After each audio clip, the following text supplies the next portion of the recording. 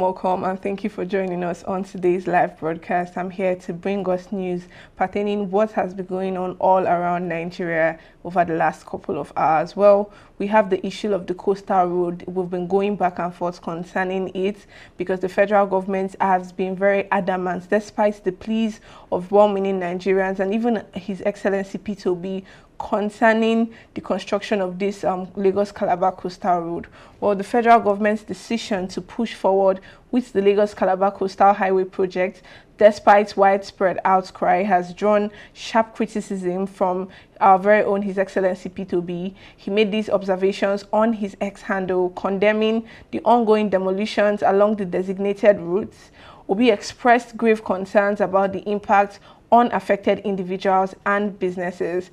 The project, which aims to construct a highway stretching from Lagos to Calabar along the coast, has sparked outrage due to the displacement of communities and destruction of livelihoods.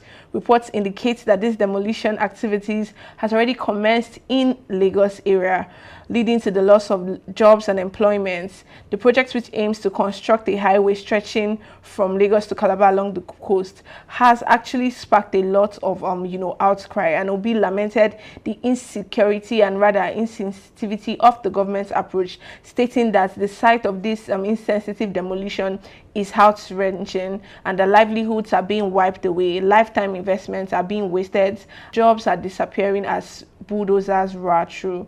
And so it is from this that he further highlighted the economic repercussions of this project, noting that thousands of jobs are at risk, particularly in the leisure and hospitality sector, because we know that it is the landmark beach resort that is facing this current demolition. And he said that at a time of rampant unemployment, the government is embarking on a job-losing project. He remarked and emphasized the need to prioritize initiatives that address the nation's pressing challenges. While acknowledging the potential benefits of this highway, he stressed that the current circumstances, including the widespread insecurity and poverty, demand a reassessment of priorities, and he questioned the rationale behind proceeding with a project with the country's worst economic situation in this history, right? And so he wrapped up by calling for a halt to the Lagos-Calabar project and urged the government to focus on addressing existing infrastructural deficiencies and socioeconomic challenges. Well, before we proceed, let's take a soundbite from what exactly transpired at the landmark beach resorts where demolitions have started to take place for the Lagos-Calabar coastal road. Let's take a listen. Background as I speak, and that's because about 2 minutes ago the demolition continued, with this wall right behind me being knocked down for the right of way for the Lagos-Calabar coastal road.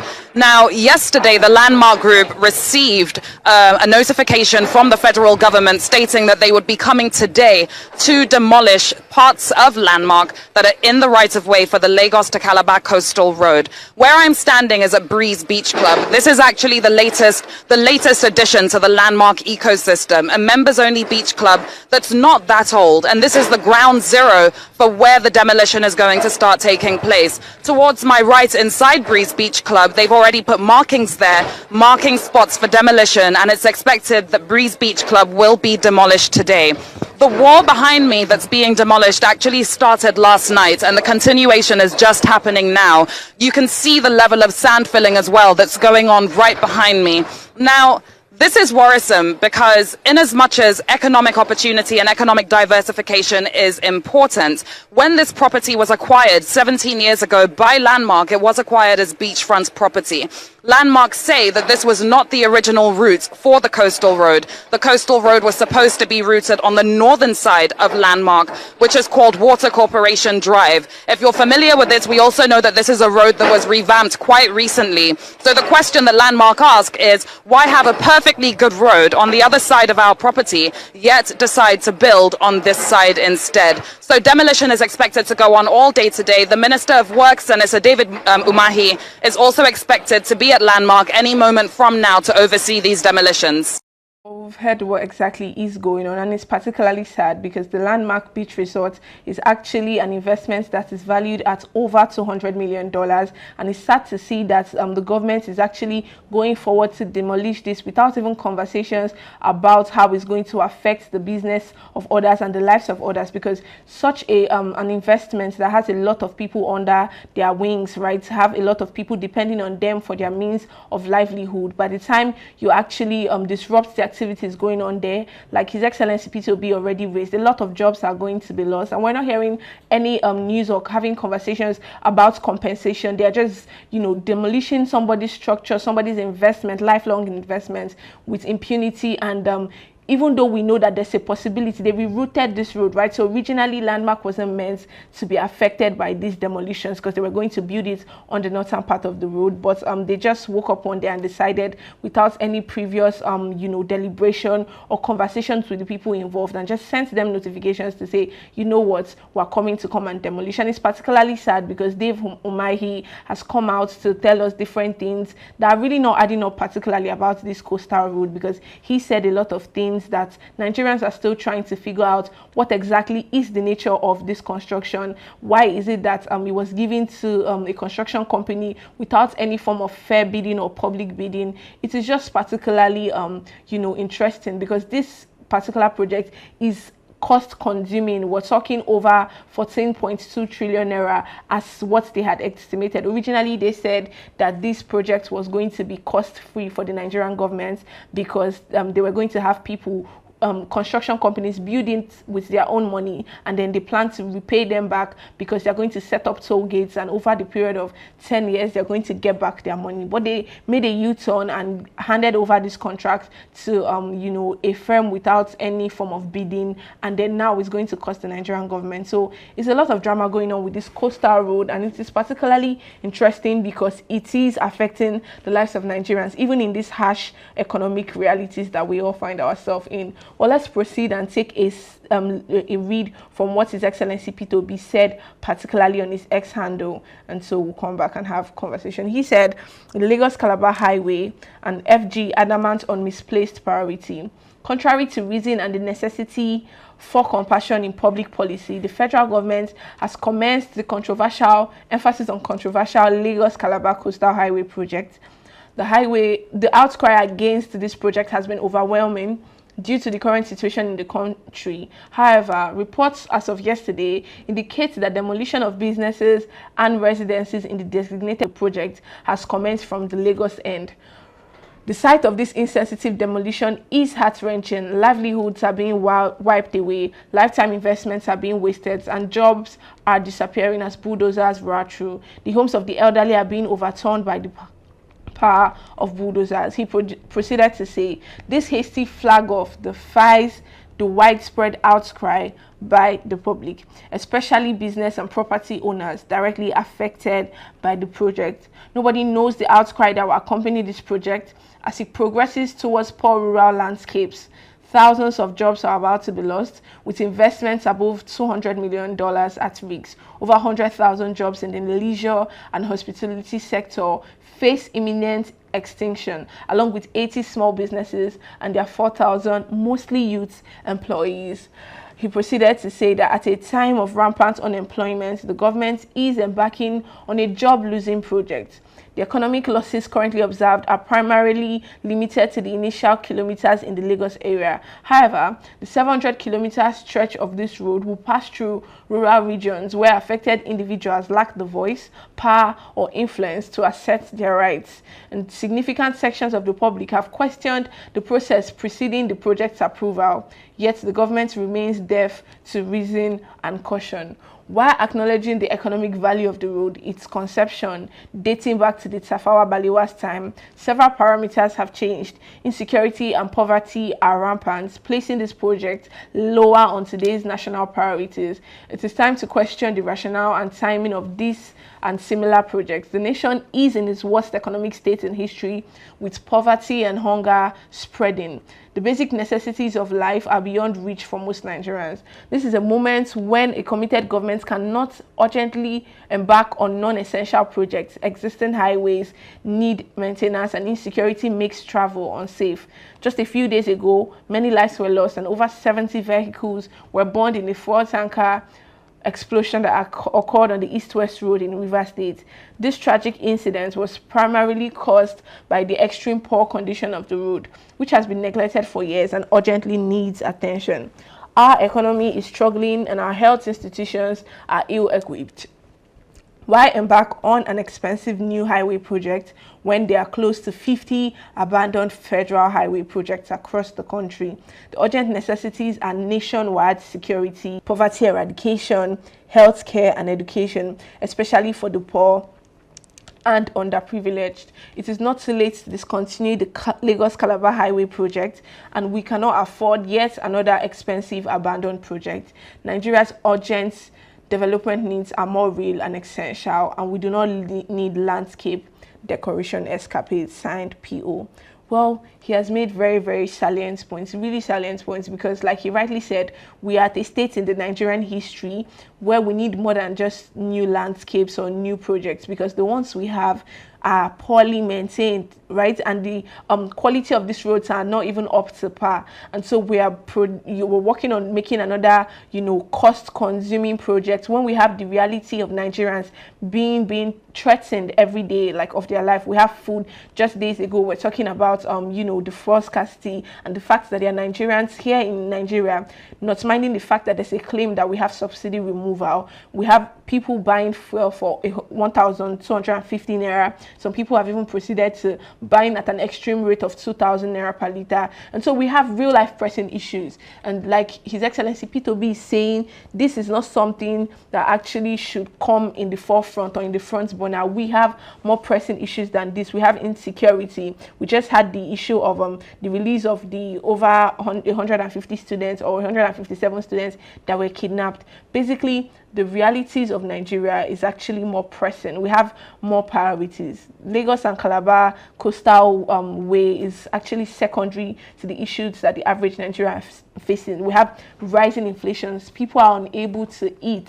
And so we really need them to actually go back to the drawing board and nip these issues in the bud, because even if we make this coastal highway and all of that available, we need fuel to be able to actually ply these roads, and maintenance is one thing for you to say you are actually going on to build these roads, and it's another thing for them to be properly maintained.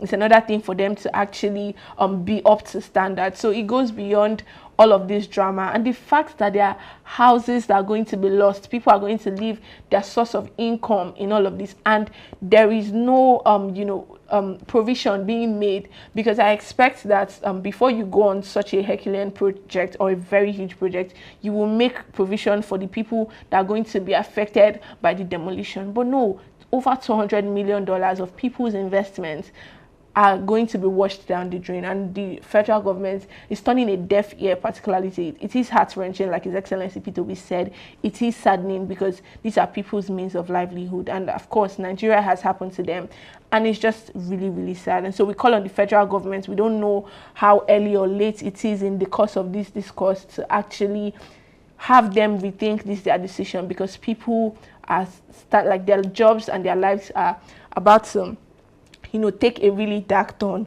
with the whole drama that is going on. And so, like His Excellency P2B said, this government is particularly deaf to reason, because one would expect that they apply some level of restraints in all of this going on. Anyways, that is the basics of what exactly we had to discuss today on today's live broadcast. But before I leave the studio, don't forget to like, share, and subscribe to this platform, because that's the only way you could help us amplify our voices. And then before I leave, it is important that I mention to us the Obidient Family Cooperative. It is the gospel that we have been singing, and we would not be tired of singing it or reminding us, because it is necessary so as to redefine our options against 2027. And so if you're a well-meaning Nigerian and you're trying to move from consumption to production, as His Excellency P2B has always championed, then this is the platform for you to actually do that. The description to join the WhatsApp platform is going to be in the link to join the WhatsApp platform is going to be in the description of this video. So follow this link and join the WhatsApp platform, have conversations with fellow obedient and well-meaning Nigerians, so as to you be able to chart a new course for the new Nigeria, which is very much possible. Till I come your way next time, bye for now. How on earth I go come? They go come, they tell me say I must buy meat pie before I buy fuel. You rubbish olele buy. You must go buy meat pie before you buy fuel. Is this place open for a meat pie or open for a fuel station? You rubbish olele. This is total filling station trying with the masses that we have to buy meat pie before we buy fuel. What kind of insult? Rubbish lele now. Continue with what? And they were proud of incontention. This is total rubbish. Entrance of filling station. People just queue that. Never started to sell petrol. Everybody don't queue. Cheap. It's the only petrol we use for this country. This is our government. They don't rubbish our life. It's not even going to be funny today because So, where is NNDPRA when you need them? You know, it's really shocking, to say the least, disappointing, appalling that they choose to ignore. That's the way it's coming across. They just want you to wallow in this challenge caused by the NNPC, because they said it was logistics problem and that it would take however long in different places to sort out. Who's supposed to regulate? Make sure no hoarding, no price gouging. You don't take advantage of people, for instance, what you see on the other NNDPRA. And where are they when you're supposed to go out there and ensure things are done? Go out there and make sure that petrol stations don't take advantage of Nigerians. Just where are they? I think they should remember that they're paid with funds from you and I. It's taxpayers' money. They need to remember that.